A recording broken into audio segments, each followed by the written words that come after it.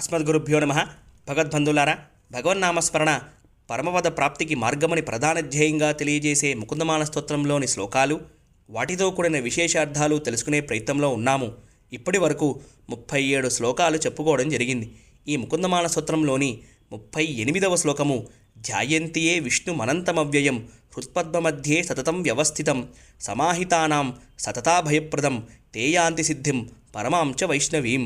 అనంతుడు, అవ్యయుడు, హృదయపద్మంలో ఎప్పుడూ ఉండేవాడు, స్థిరమైన బుద్ధి ఉండేవారికి అభయమిచ్చేవాడు అయిన శ్రీ మహావిష్ణువుని ఎవరు సదా ధ్యానం చేస్తారో వారికి ఆ భగవదనుగ్రహం వల్ల సకల అభీష్టాలు సిద్ధిస్తాయి అని అంటున్నారు కులశేఖరాళ్వార్లు ఈ శ్లోకంలో. ఇక్కడ విష్ణు అనే పదాన్ని వాడటం జరిగింది. విష్ణువు అంటే అంతటా వ్యాపించి ఉన్నవాడు అని అర్థం. ఈశావాస్యమిదగం సర్వం యత్కించ జగత్వాం జగత్ తేన త్యక్తేన భుంజీత మాకృద కస్య సిద్ధనం. ఈ సృష్టి అంతా కూడా పరమాత్మతో నింపబడి ఉంది అని ప్రారంభమవుతుంది ఈశావాస్యోపనిషత్. విశ్వం విష్ణు వషట్కారో భూతభవ్య భవత్ప్రభు భూతకుద్భావో భూతాత్మ భూతభావన. విస్ అంటే ప్రవేశించడము అని అర్థం. పరమాత్మ శక్తి ఈ సృష్టిలో ప్రతి అణువునా ప్రవేశించింది అని ప్రారంభమవుతుంది విష్ణు సహస్రనామ స్తోత్రం. సహస్రనామము అంటే అది విష్ణు సహస్రనామమే అని అర్థం వస్తుంది. మిగిలిన సహస్రనామాలు మాత్రం ఆ దేవతా స్వరూపానికి ఉండే పేర్లతో ప్రారంభమవుతాయి. విష్ణునామం ఇంకొక 2 శ్లోకాలలో కూడా కనిపిస్తుంది. వృషాహి వృషభో విష్ణు వృషపర్వ వృషోదర వర్ధనో వర్ధమానశ్చ వివిక్త శృతిసాగర కామదేవ కామపాల కామీకాంత కృతాగమ అనిర్దేశి వపుర్విష్ణు వీరోనంతో ధనంజయ. అలాగే శుక్లాం భరధరం విష్ణుం శశివర్ణం చతుర్భుజం ప్రసన్నవదనం ధ్యాయేత్ సర్వవిఘ్నోపశాంతయే. ఈ శ్లోకము శ్రీమన్నారాయణుడికి వర్తిస్తుంది. దేవతలకి వచ్చే అన్ని విఘ్నాలని తీసేవాడే పరమాత్మ. సముద్రమదన సమయంలో చాలా విఘ్నాలు వస్తున్నాయి అని గుర్తించిన పరమాత్మ అటు దేవతల శక్తి ఇటు దానవుల శక్తిలోకి ప్రవేశించాడు. కూర్మరూపం ధరించి ఆ మందర పర్వతాన్ని తన వీపు మీద మోశాడు.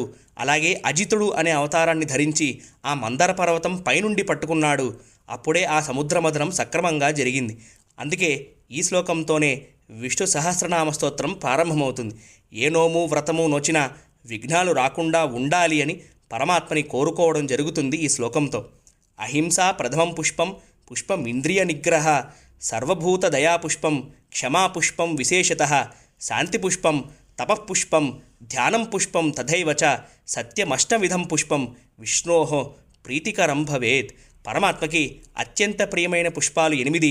అవి అహింస, ఇంద్రియ నిగ్రహణ, భూతదయ, క్షమ, శాంతి, తపస్సు, ధ్యానము, సత్యము. వీటితో పూజిస్తే పరమాత్మ చాలా సంతోషిస్తాడు అని అర్థం. సృష్టికి ప్రారంభంలో బ్రహ్మగారికి త ప అని 2 పదాలు వినిపించాయి. అప్పుడు ఆయన తపస్సు చేస్తే పరమాత్మ బ్రహ్మగారికి సృష్టి చేసే విధానాన్ని బోధించాడు. అలాగే సముద్ర మదన సమయంలో హాలాహలం వచ్చినప్పుడు దేవతలు శంకరుని అర్థిస్తే ఆయన ఆ హాలాహలాన్ని తీసుకోవడానికి వెనకడుగు వెయ్యలేదు. ప్రీతే హరౌ భగవతి ప్రియేహం సచరాచర తస్మాదిదం గరం భుంజే ప్రజానాం స్వస్తిరస్తు మే. ఓ పార్వతి, దీనులుగా ఉన్నవారి మీద దయ చూపించే వారికి సర్వాత్మకుడైన శ్రీహరి ప్రసన్నమవుతాడు. ఆ పరమపురుషుడు సంతోషిస్తే సకల చరాచర జగత్తే కాకుండా నేను కూడా సంతోషిస్తాను. అందుకే ఈ విషయాన్ని ఇప్పుడే స్వీకరిస్తాను. దానివల్ల లోకానికి మంగళము జరుగుతుంది అని అంటాడు శంకరుడు పార్వతీదేవితో శ్రీమద్భాగవతం 8వ స్కంధం 7వ అధ్యాయం 40వ శ్లోకంలో. ఇక్కడ శంకరుడు భూతదయ అనే పుష్పాన్ని సమర్పించాడు అనే అర్థం వస్తుంది. ఆయన ఇలా చెప్పగానే పార్వతీదేవికి తన మాంగళ్య బలం తెలుసు కాబట్టి లోకక్షేమం కోసం స్వీకరించండి స్వామి అని చెబుతుంది. ఏవమైతత్ పురావృత్తం ఆఖ్యానం భద్రమస్తువ ప్రవ్యాహృత విశ్రబ్ధం బలం విష్ణోహ ప్రవర్ధతాం. మన అందరికీ బలము పరమాత్మే. ఆ బలము మన అందరిలోనూ వృద్ధి చెందాలి అని అంటారు వాల్మీకి భగవానుడు శ్రీమద్ రామాయణం చిట్ట చివరిలో. నీకు నాకు బ్రహ్మాదులకు ప్రాణులకు బలమివ్వడు బలమసురేంద్ర అని అంటాడు ప్రహ్లాదుడు హిరణ్యకశ్యపుడితో. అలాగే ఇప్పటి వరకు వాసుదేవ, విష్ణు, నారాయణ అనే పదాలని వేర్వేరు శ్లోకాలలో చెప్పుకోవడం జరిగింది. ఈ 3 పేర్లు కూడా విష్ణు గాయత్రిలోనే వస్తాయి. నారాయణాయ విద్మహే వాసుదేవాయ ధీమహి తన్నో విష్ణు ప్రచోదయాత్. ఈ 3 నామాలకి ముందు ఓం, చివరికి నమఃతో పాటు చతుర్థి విభక్తి పెడితే అవి విష్ణు షడాక్షరి, నారాయణ అష్టాక్షరి, వాసుదేవ ద్వాదశాక్షరి మంత్రాలుగా అవుతాయి. ఈ ముకుందమాల స్తోత్రంలోని 39వ శ్లోకము క్షీరసాగర తరంగ శీకరాసార తారకిత చారుమూర్తయే భోగి భోగశయనీయ సాయినే మాధవాయ మధువిద్విషే నమః. భగవంతుడు క్షీరసాగరం మధ్యలో ఆదిశేషుడి మీద లక్ష్మీ సమేతుడై శయనించి ఉండగా క్షీరబిందువులు ఆ నల్లని దేహం మీద పడి ఆకాశంలో నక్షత్రాలులాగా ప్రకాశిస్తున్నాయి అని అంటున్నారు కులశేఖరాళ్వార్లు ఈ శ్లోకంలో. పార్కడలుల్ పయ్యత్తుయిండ్ర పరమ నడిపాడి. పాలసముద్రంలో పడుకుని ఉన్న ఆ పరమపురుషుడి పాదాలకి ధ్వని లేకుండా మెల్లగా మంగళము పాడతాము అని అంటుంది అండళమ్మవారు తిరుప్పావై ధనుర్మాసవతం 2వ పాసురంలో.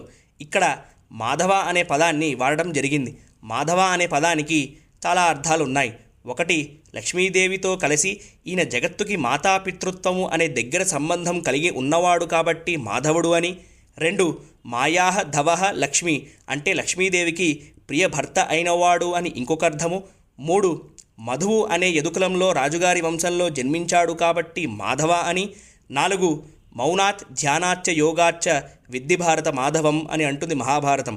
అలా చూస్తే మా అంటే మౌనము అనే మితభాష కలిగినవాడు అని, ధ అంటే ధ్యానగోచరుడు అని, వా అంటే ఆరాధనా క్రియా సంబంధం కలిగినవాడు కాబట్టి ఆయన మాధవుడు అయ్యాడు అని ఇంకొక అర్థం వస్తుంది. వంగక్కడల్ కడైంద మాధవనై కేశవనై తింగల్ తిరుమగత్తు సేజేయార్ సెన్నిరెంజి. క్షీరసాగర మదన వృత్తాంతం ఏమిటి చూపిస్తుంది అంటే జీవాత్మ అంటే లక్ష్మీదేవిని పొందడానికి పరమాత్మ చేసే ప్రయత్నం కల్పిస్తుంది. అలా లక్ష్మీదేవిని పొందిన తర్వాతే ఆయన మాధవుడు అయ్యాడు అని అంటుంది అండళమ్మవారు తిరుప్పావై ధనుర్మాస వ్రతం చిట్ట చివరి పాసురంలో. ఈ ముకుందమాలలోని ఆఖరి చివరి శ్లోకము యస్య ప్రియౌ శృతిధరౌ కవిలోకవీరౌ మిత్రే ద్విజన్మవర పద్మ శరావభూతం తేనాంబుజాక్ష చరణాంబుజ షట్పదేన రాజ్ఞాకృత కృతిరియం కులశేఖరేణ. పూర్వం మలయాళ దేశంలో అనంతశయం అనే ప్రదేశంలో కులశేఖరుడనే మహారాజు గారు ఉండేవారు. ఆయన చాలా భగవద్భక్తి సంపన్నుడు. ఆయన స్నేహితులు ద్విజన్మవర పద్మశరుడు అనేవారు వేదాలని తెలుసుకున్నవారు, మహాకవులలో ఉత్తములు. అటువంటి కులశేఖర మహారాజు గారు ఈ ముకుందమాల స్తోత్రాన్ని రచించారు అని ఈ శ్లోకంతో ఈ స్తోత్రం సమాప్తి అవుతుంది.